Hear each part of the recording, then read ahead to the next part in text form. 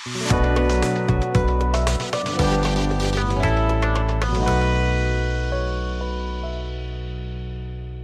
siang semuanya, kembali lagi bersama saya Agen Mungkin Mas Egaf di acara Agenda Rakyat. Di siang hari kali ini, kita udah kedatangan salah satu mahasiswa dari Universitas Indonesia. Boleh langsung aja diperkenalkan namanya? Halo, selamat siang teman-teman semua. Selamat siang juga Mas Abi. Perkenalkan, nama aku Zikri. Aku merupakan mahasiswa Fakultas Hukum Universitas Indonesia yang sekarang lagi di semester akhir nih, di semester 7. Sambil mengisi waktu luang aku, selain aku berkuliah, aku juga kerja di salah satu instansi pemerintahan. Mungkin di sini kalau dengar namanya udah nggak asing lagi di DPR, di Dewan Perwakilan Rakyat. Di situ aku jadi sebagai bahasanya tuh tenaga ahli ya, kalau bisa dibilang staff dari salah satu anggota dewan. Tapi kebetulan beliau kemarin alhamdulillah kepilih menjadi salah satu menteri di kabinet Pak Prabowo. Jadi aku kayaknya itu mungkin perkenalan dari aku. Untuk selanjutnya mungkin kita bakal langsung masuk aja ke pertanyaan pertama ya. Kan kita ngobrol tuh sebagai mahasiswa hukum aja ya seakan-akan ya. Menurut kakak ini dari sudut pandang mahasiswa hukum tuh gimana sih ngelihat kondisi politik di Indonesia saat ini gitu? Oke, kalau kita bicara ini kacamata anak hukum ya, bukan kacamata anak politik, pasti akan berbeda banget sudut pandangnya. Kalau misalkan dari kacamata hukum, sebagaimana kita baru banget nih kejadian kemarin hari Minggu tanggal 20 Oktober 2024, kita baru saja mendapatkan presiden baru, yaitu Bapak Prabowo Subianto dan juga wakil presidennya Mas Gibran.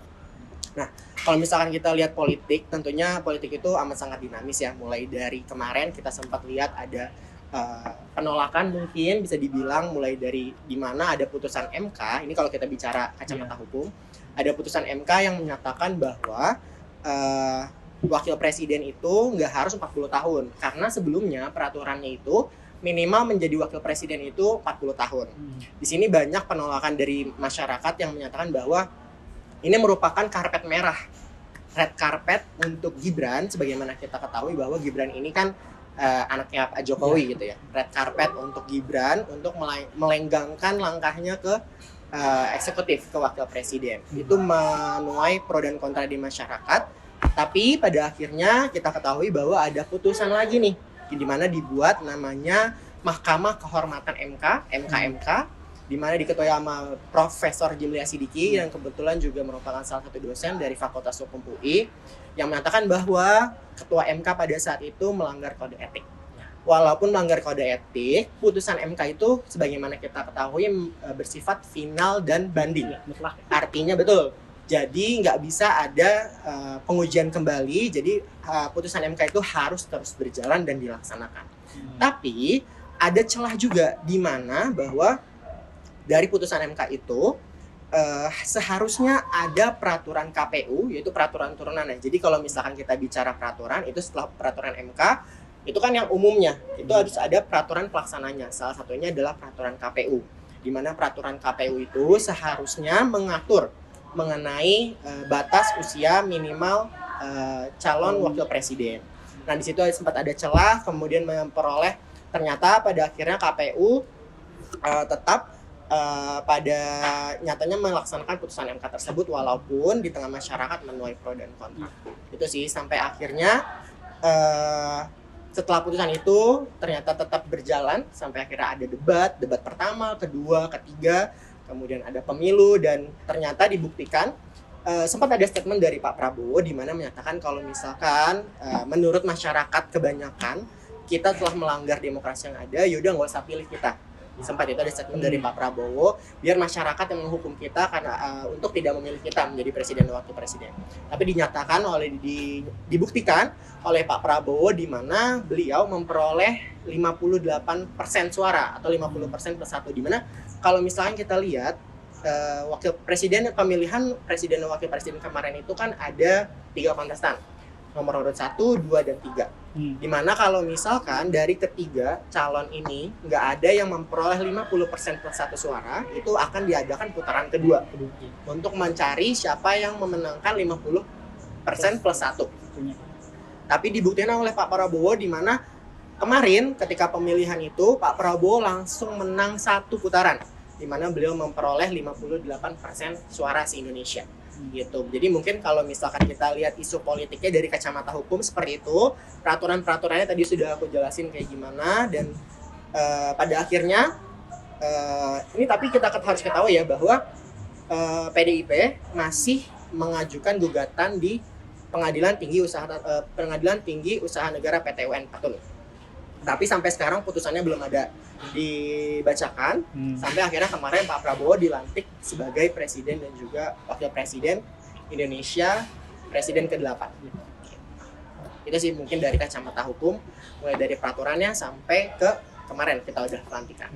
Tadi sudah dijelaskan ya bagaimana rumitnya kondisi politik di Indonesia ini. Nah, sekarang saya mau nanya nih Kak, sebagai mahasiswa hukum itu gimana sih cara kita untuk berkontribusi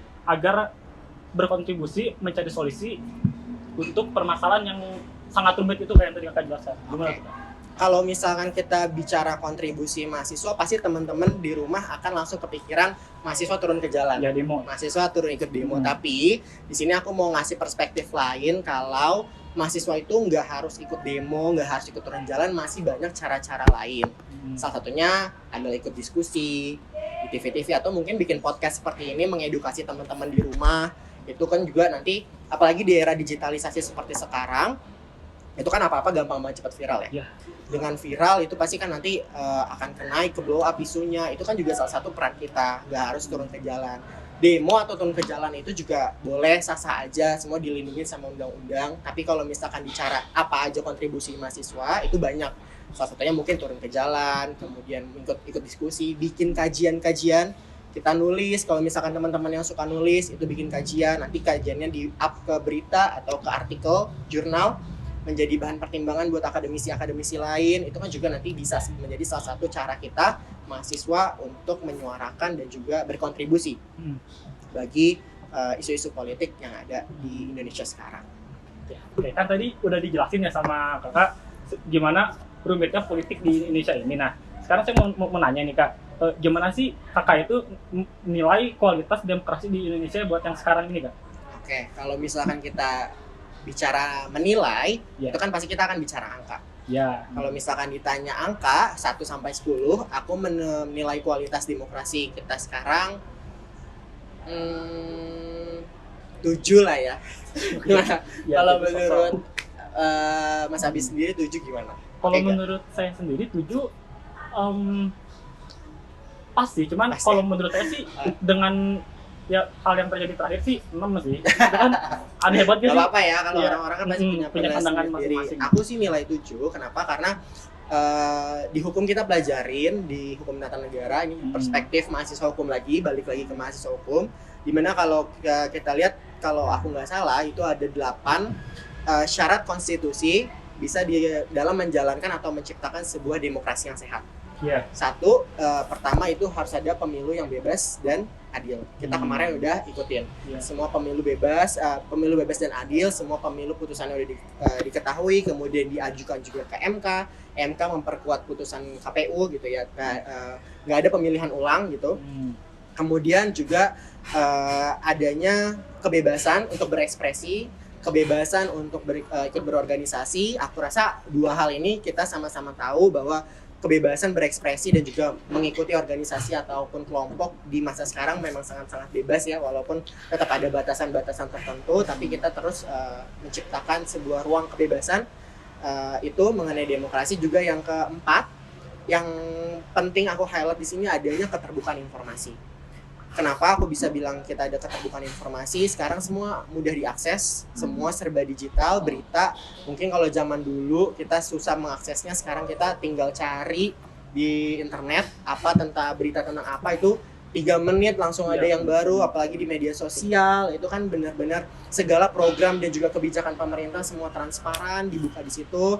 7, makanya dapat nilai 7 dari aku. Walaupun masih tetap banyak PR dan juga kritik-kritik buat pemerintah yang berkuasa sebelum dan juga yang akan berkuasa ke depannya 5 tahun lagi. Gitu sih. Jadi kalau misalkan 7, 6 kita nilai itu dasar-dasarnya dari aku sih gitu. Oke, buat pertanyaan selanjutnya nih kan tadi Kakak udah sempet notice juga tuh kalau zaman sekarang tuh apa-apa serba digital. Cuma viral serba digital. Nah, menurut Kakak sendiri gimana sih media sosial itu mempengaruhi opini publik tentang kondisi hukum yang ada di negara ini gitu. Soalnya kan sekarang tuh apa-apa viral, Betul. kan itu pasti mempengaruhi kan Betul. opini rakyat. Itu gimana? Betul. Jadi kalau misalkan opini publik nih, kita semua pasti gampang banget terpengaruh sama apa-apa yang ada di media sosial. Kalau saran dari aku, kita harus namanya saring sebelum sharing. Jadi kita kalau misalkan dapat informasi apapun itu, kita harus saring dulu, cek dulu kebenarannya. Kita cek dulu kredibilitasnya. Jangan langsung kemakan omongan yang ada di media massa, terus panas sendiri, akhirnya melakukan hal-hal yang tidak diinginkan, mulai dari ngata-ngatain orang ataupun melakukan aksi-aksi anarkis lainnya. Itu kan amat sangat disayangkan gitu ya. Jadi kalau misalkan tips dari aku, memang zaman sekarang dengan keterbukaan informasi, pastinya media publik itu gampang banget tergiring opininya sama media sosial. Tapi balik lagi, kita harus smart dalam mencari informasi, kita harus saring dulu sebelum sharing, kita cari kebenarannya, kita cari kredibilitasnya, bener atau enggak. Kalau misalkan nggak bener, langsung nggak usah di jangankan di sharing, dibuka aja atau dibaca aja nggak usah gitu. Kalau misalkan memang kita tahu itu bukan hal yang benar, tapi kalau misalkan hal yang bermanfaat, apa salahnya untuk kita sebarkan ke banyak orang gitu. Jadi tetap media massa ini sangat berperan, apalagi kalau misalkan kita lihat di kabinet Pak Prabowo yang baru ini, Kominfo itu berubah nama. Kominfo berubah nama menjadi Kementerian Komunikasi dan Digital. Jadi memang sangat peran digital ini sangat amat ditekankan. Kemarin juga aku sempat highlight dari menteri barunya bahwa beliau mengatakan ini tugas yang berat. Karena digital itu merupakan ruang yang baru nih. Jadi bukan hanya fisik ketemu orang, tapi kita menciptakan sebuah ruang baru, ruang di dunia maya, ruang digital, di mana semua orang tuh juga bisa ketemu di situ, bertukar informasi di situ. Pastinya massa atau publik gampang banget terbawa opininya, tersulut emosinya kalau misalkan dapat informasi-informasi yang negatif. Tapi balik lagi, kita harus sharing dan saring sebelum sharing gitu. Tapi aku yakin sih teman-teman di rumah pasti udah pada pinter buat memilah dan memilih mana berita-berita yang benar, kredibel, sama yang hoax. Oke, mungkin buat pertanyaan penutupnya aja kali Mas ya. Apa sih harapan kakaknya untuk politik yang ada di Indonesia untuk masa yang akan datang gitu? Oke, kalau misalkan bicara harapan terhadap politik kita ke depannya, ini kita baru banget punya presiden baru, Pak Prabowo dan juga Mas Gibran. Pertama-tama aku mau ucapin selamat juga mungkin ya buat Pak Prabowo dan juga Mas Gibran berhasil dilantik menjadi Presiden Republik Indonesia, Presiden ke-8. Mudah-mudahan beliau bisa terus menjaga perpolitikan di Indonesia tetap stabil. Tentunya politik yang stabil itu penting. Walaupun kalau misalnya kita bicara politik nih ya, kalau misalnya kita lihat di mana di kabinet ini hanya satu partai yang nggak dibawa masuk ke kabinet Pak Prabowo, itu bukan merupakan bentuk ketidakstabilan politik, tapi di mana benar kata kemarin aku mengutip dari Pak Said Abdillah kalau nggak salah, dia mengatakan bahwa walaupun berada di luar kabinet, PDIP tetap bisa ngebangun pemerintahan Indonesia ke depannya melalui kritik-kritik yang konstruktif pastinya. Kritik-kritik yang membangun, kritik-kritik yang bisa membawa Indonesia lebih baik ke depannya. Jadi memang pentingnya check and balances di situ. Jadi nggak usah semua masuk ke kabinet, nggak apa-apa, tapi ada satu orang atau beberapa partai di luar itu yang terus ngebangun dari luar, menyampaikan kritik-kritiknya agar pemerintahan bisa membawa Indonesia lebih baik terus ke depannya. Tapi tetap buat Pak Prabowo tetap harus bisa menjaga perpolitikan di Indonesia agar tetap stabil. Nanti kalau politik stabil, kepercayaan investor dari luar negeri akan meningkat, nanti akan meningkatkan pertumbuhan ekonomi. Jadi semua memiliki keterkaitan lah.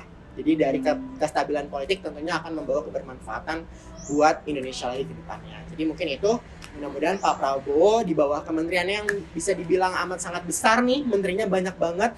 Mudah-mudahan walaupun menterinya banyak, bukannya memperbesar anggaran, tapi malah mengefektifkan kerja, mengefisienkan kerja, dan lebih baik lagi terus ke depan.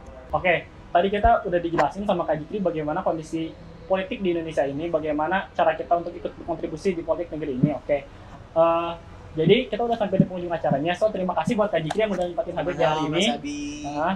Jadi udah untuk agenda rakyat hari ini cukup sampai sini aja. Sampai jumpa di pertemuan berikutnya. Terima kasih.